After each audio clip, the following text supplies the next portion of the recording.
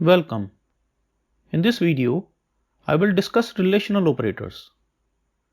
Relational operators are used for decision making. For example, if you are making a program for driving licensing authority and the legal age for issuing the driving license in India is 18 years. So you have to take decision whether a person is eligible for driving license test or not.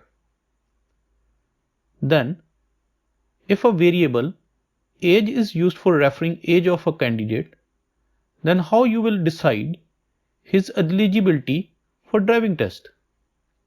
Here, we will use relational operators. Let's see them one by one.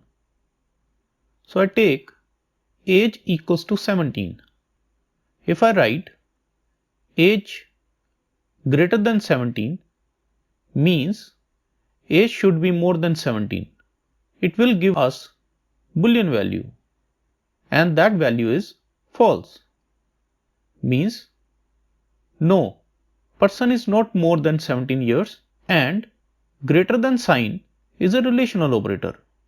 Always remember that relational operators return Boolean value, that is true or false, where true can be seen as yes and false as no. Relational operators are for comparisons. Age greater than 17, check the value in variable age with the value 17.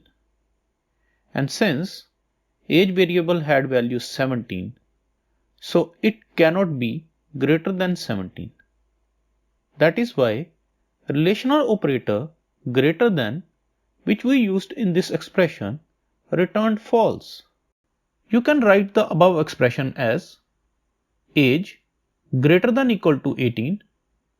It will also return false, because this statement means check if age is more than or equal to 18. Similarly, we have other operators like age less than 18, which will return true, age less than equals to 18, which will also return true. Then we have equality operator, which checks the equality of two values. Let's have a equals to 5, b equals to 5, c equals to 6. Now a double equal to sign b will give true, and a double equal to 6 will give false.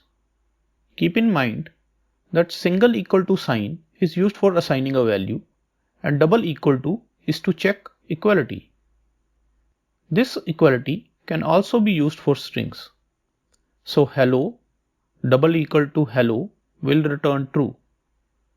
But if I write hello equals to hello,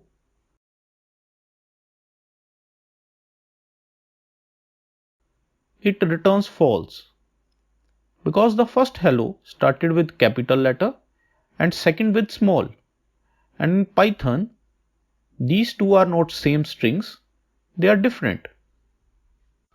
Also, if I write 2 in quotations equal to 2, it will return false, because first one is a string and second a number.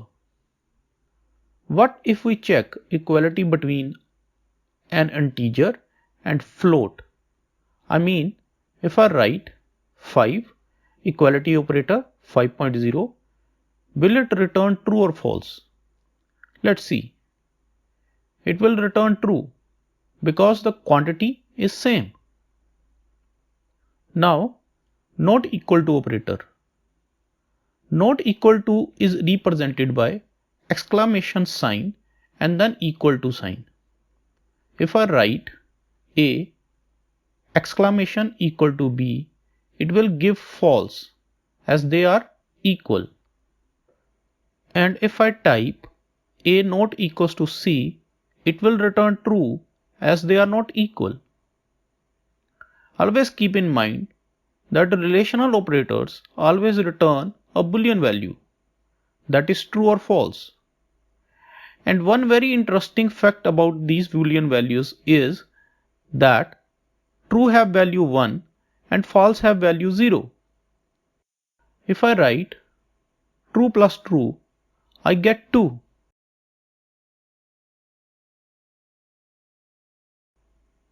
And when I write false plus false, I get 0. So if I write 5 plus true, it is correct expression and there is nothing wrong in it, since it gives value 6.